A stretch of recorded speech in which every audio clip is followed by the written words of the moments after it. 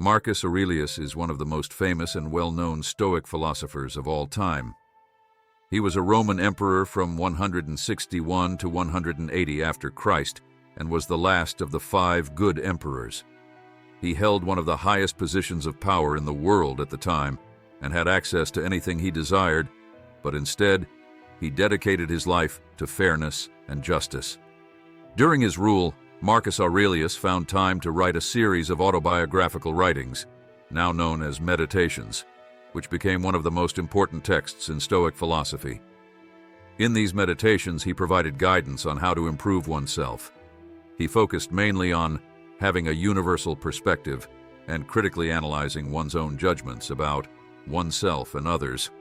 As the leader of a powerful empire that endured several wars during his reign, Marcus Aurelius used his own Stoic philosophy to set aside stress and worries and be the best and most reliable leader he could be. Stoicism is an ancient and incredibly famous philosophy that, besides being a theory, is also a truly inspiring way of thinking and living. The Stoics strongly believed that doing the right thing was the key to individual happiness and that doing the right thing required solid judgment and clear, rational thinking. With that in mind, in this video, we will discuss how you can develop a rational mind through 5 important lessons that can help you think more clearly, using the teachings of Marcus Aurelius. But before we start, don't forget to like this video, subscribe to the channel, and turn on notifications so you don't miss any knowledge, as it could change your life. Lesson 1. Train your perception. Marcus Aurelius says, "Choose not to be harmed, and you won't feel harmed." One of the greatest lessons of Stoicism is taking control of your perception. We are accustomed to judging everything we encounter. Any event we experience, anyone we meet, sights we see, all of them receive a value judgment. Something is bad, good, boring, fun, beautiful, ugly, etc. We don't realize it, but this is a very draining practice, and it also negatively affects our lives. For example, labeling every interaction you have on a particularly tough day as horrible gives the day itself an even more negative outlook. If you label a party you attended as boring, that's it. That was the boring part of your week.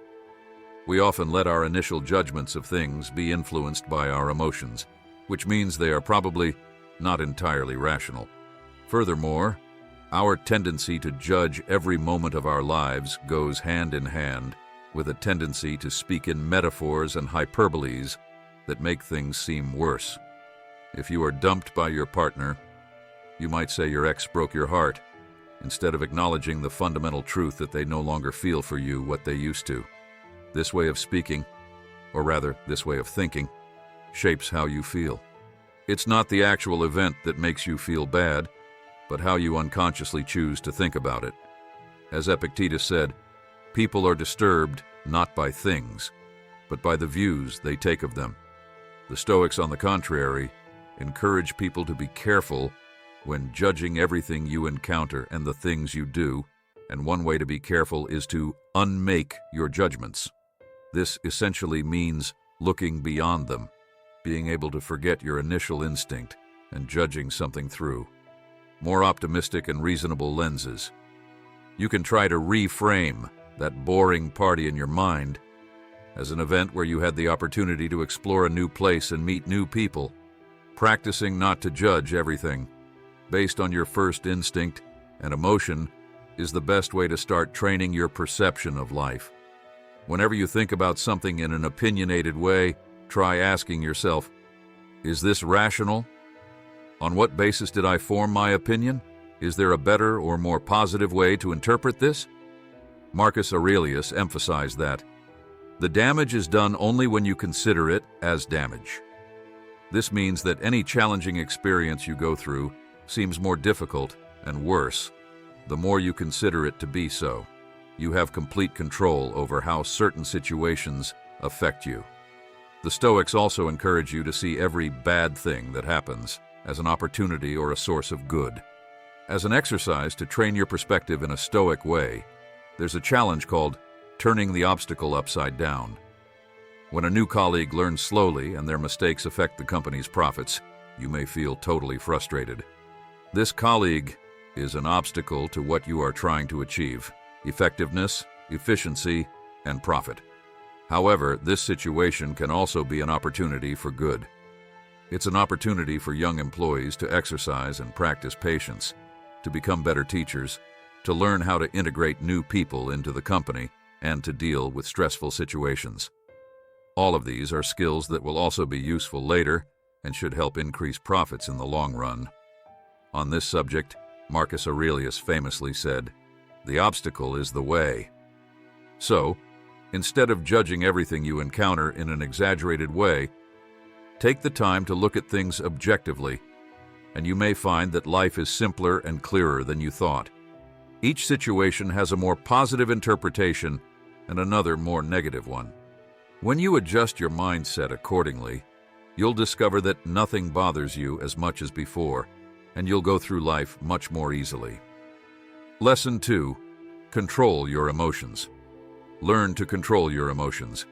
Marcus Aurelius advises us as follows: stop letting your emotions control what your mind tells you. Stop being hypocritical, self-centered, and irritable. Acting based on emotion is often described as a stark contrast to rational action, and this is not without reason. Nothing clouds our judgment more than our own emotions. If you want to think clearly all the time, one of the most important skills to master is the ability to control your emotions. According to Marcus Aurelius, the emotion of anger in particular does us more harm than good. Contrary to what many think or try to do, controlling emotions doesn't mean pretending you don't feel anything. When you feel intense anger as a result of betrayal, you can't control that anger by denying its existence to yourself or others or pretending that everything is okay.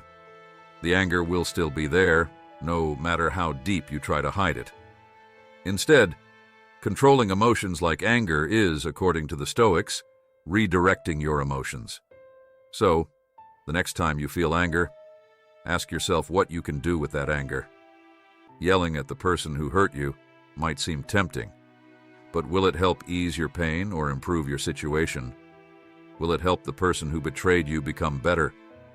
In summary, think about what you want to achieve and ask yourself if it's helpful. Otherwise, find ways to express your emotions that are helpful. Maybe you can get better results by calmly talking to the person who hurt you, explaining your feelings, and trying to see their side. You can also keep a journal, engage in physical exercise, get lost in a video game, a book, or anything else that can help you release your anger. In another example, consider anxiety or fear. You can't simply suppress these feelings, but you can redirect them. Instead of letting anxiety paralyze you, you can use it to challenge yourself, to confront situations that make you uncomfortable and acknowledge its presence. Let's say you're very afraid of asking for a raise from your boss. Many people view this fear as a reason not to take action and let their anxiety stop them.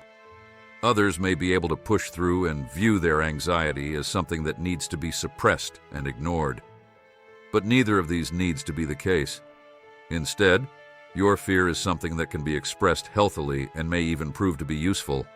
For example, this fear makes you think about everything that could go wrong, which can lead you to consider all the possible questions your boss might ask, all the counter-arguments you might hear. In this way, you can prepare for them and formulate a plan for every possible scenario. But most importantly, fear provides positive motivation to continue, to challenge yourself, and grow as a person, to prove to yourself that you can, to take the step not in spite of your fear, but in part because of it. And in this scenario, you can be aware of anxiety all the time and think, how awesome that I'm trying this anyway. When you can easily redirect strong emotions, you will be a calm person. No matter what emotions you experience, they will never diminish your ability to think rationally and make intelligent decisions. Controlling your emotions is the key to a calmer mind. Exercise the duality of control. The first rule is to keep your mind calm. The second is to face things head-on and take them for what they really are. Marcus Aurelius. Third lesson, exercise the dichotomy of control. In the words of Marcus Aurelius, you have power over your mind, not outside events. Realize this, and you will find strength. The dichotomy of control is the distinction between what we can control and what we cannot. For example, the weather, traffic problems, or what people think about you are all beyond your control. But how you dress, what time you leave, and the type of people you associate with, these you can control. So, whenever you encounter a situation that makes you feel a certain way, ask yourself, what can I control? Everything you can control is a reason to take action. Everything you cannot control, you must learn to accept and embrace without letting it affect you. Learning to distinguish these two things and acting accordingly can instantly clear your mind.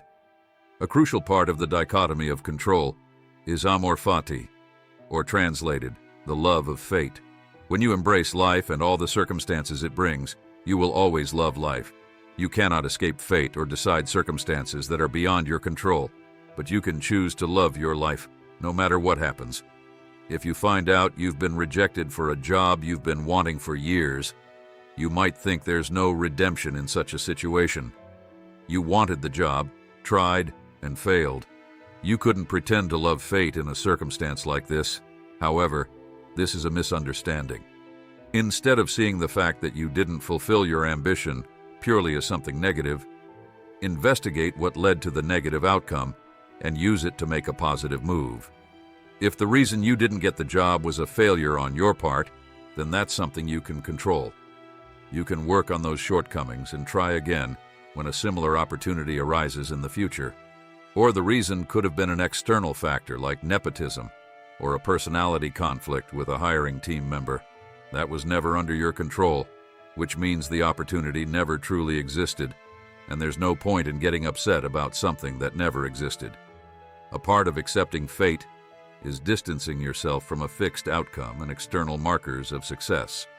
If you want to be a writer, for example, and measure your success by the number of book sales, then you'll let your success be controlled by the book market. But if you choose to measure your success by your satisfaction with the final product or the amount of effort you put into it, then you're in control of your success. Make sure to do everything in your power to try to achieve your goals. But never forget that you may not achieve them, and accept that possibility in advance. If we focus only on what is under our control and promise to accept everything that doesn't go exactly as we wish, then we'll remain calm no matter what happens. Fourth lesson, keep virtues in mind. Quoting Marcus Aurelius, dig deep within yourself, for there is a source of goodness ever ready to flow if you will keep digging. A virtue is an excellence of character, or simply put, morally good behavior. Morally good behavior benefits not only you and those around you, but the greater good. The Stoics believed in an interconnected universe, that everything and everyone is somehow connected. So, according to Stoicism, what's best for the greater good ends up being best for you as well. That's why the Stoics were convinced that the most rational people were those who committed to the greater good, or, in other words, acted virtuously. Not acting virtuously is a result of ignorance, according to the Stoics. When life throws you in an unexpected direction, virtues can guide you on what to do and keep you grounded. That's why the most virtuous people are calmer and more relaxed. To be virtuous, you must keep in mind the four most important virtues of Stoicism: wisdom, justice, temperance, and courage. Wisdom, to the Stoics, is the ability to judge what is good, bad, intermediate, or neutral. Instead of being controlled by emotion, one should think clearly and logically about what would be the morally right thing to do. When you have two options in a difficult situation, wisdom is the ability to think about both. The virtue of justice is acquired through wisdom and means doing what is right and just for others as for ourselves. The Stoics considered it a duty to oneself, to our fellow humans, and to society as a whole. The virtue of courage is the ability to act in the face of fear. to do what is necessary or useful even when you don't know if you will succeed. Courage is not the elimination of fear, desire, or anxiety. Instead, it's deciding to act and take steps despite our fear, passion, and anxiety. Lastly, temperance. Another word for temperance is moderation, which means staying in the middle between two extremes, making sure you never take too much or too little. In practice, temperance often looks like self-control or discipline. According to Marcus Aurelius, one quality that distinguished humans from animals was the ability to restrain ourselves when necessary. Temperance is important for ensuring our long-term well-being over short-term satisfaction. For a simple example, consider a bag of potato chips. Finishing the whole bag at once might feel good in the moment, but it's bad for your health and even potentially your mood in some cases. So, you should practice self-control and stop after the first few bites. Temperance is also aided by wisdom. Only by thinking wisely can you decide how much of something you need to acquire before stopping yourself. The Stoics divided all possible things and actions in the world into goods, evils, and indifference. It was always important to pursue the good, avoid the evil, and choose the indifference as you saw fit. You create evil when you act against one of these virtues. For example, when you steal from someone, disrespect someone, act recklessly or cowardly, or make someone sick. You partake in good when you act in accordance with these virtues, and you do neither when you perform indifferent acts. Like going for a walk, for instance. These simple rules for living not only make you a better person, but also a calmer person. When you act in accordance with the virtues, you're always guided by the good and acting rationally, according to the Stoics. Such behavior creates a calm mind. Fifth lesson, always consider the big picture. In our final quote from Marcus Aurelius for this video, he says, as Plato beautifully put it, whenever you want to talk about people, it's better to look down from above and see everything at once.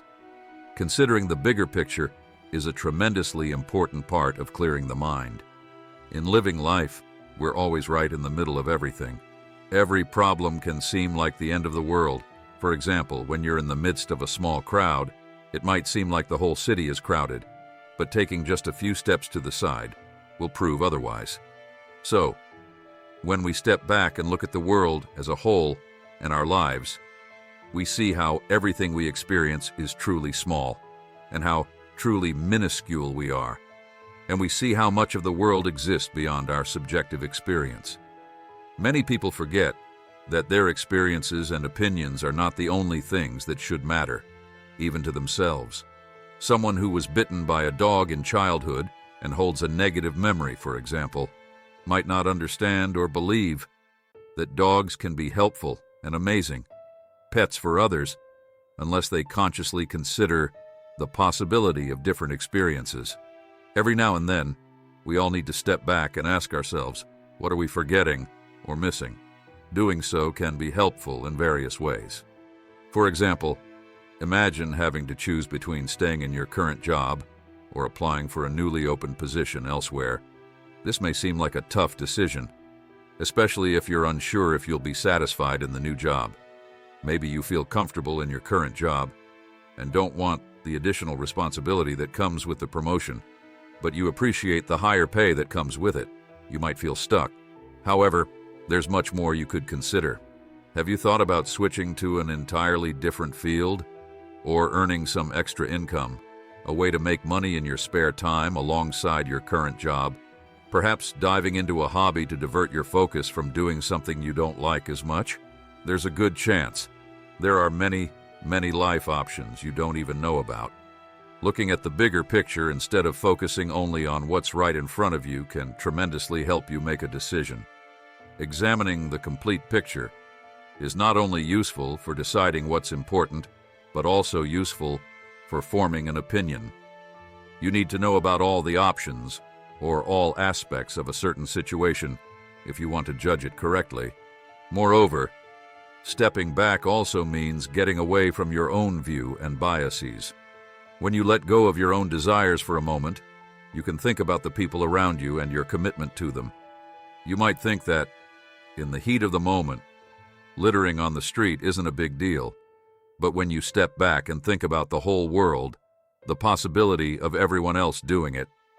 You finally see the smallness of your desire to litter compared to the well-being of the world. The Stoics believe that everything in the world is interconnected and that the overall well-being of the world also improves your personal well-being. So, stepping back and looking at the world as a whole, rather than just your life, is tremendously important. When facing a choice, difficulty, problem, or life change, you can ask yourself some questions internally. This can be in the moment or later, perhaps when you're reflecting on your day, during a walk, or while journaling, something Marcus Aurelius did. The most common questions to ask yourself are, what could be the long-term effects of my choice or action? How might someone else's perspective on this differ from mine? Do I know someone in a similar situation or with similar goals who could help? Does my choice or action affect my well-being? Does it affect the well-being of people around me? Is there a choice I haven't considered? Taking time to consider all aspects of the world helps yourself, and it helps you understand your actions, thoughts, life, and choices more clearly. By helping yourself, you enable yourself to help the world. When you consider the big picture, you always have an overview that allows you to free yourself from unnecessary restrictions, biases, or doubts. And if you like this content, don't forget to share it with someone who might need it. Help us spread this amazing knowledge. Now, if you want to understand a bit more about Stoicism, just click on one of the videos that's appearing on your screen. Thank you for watching.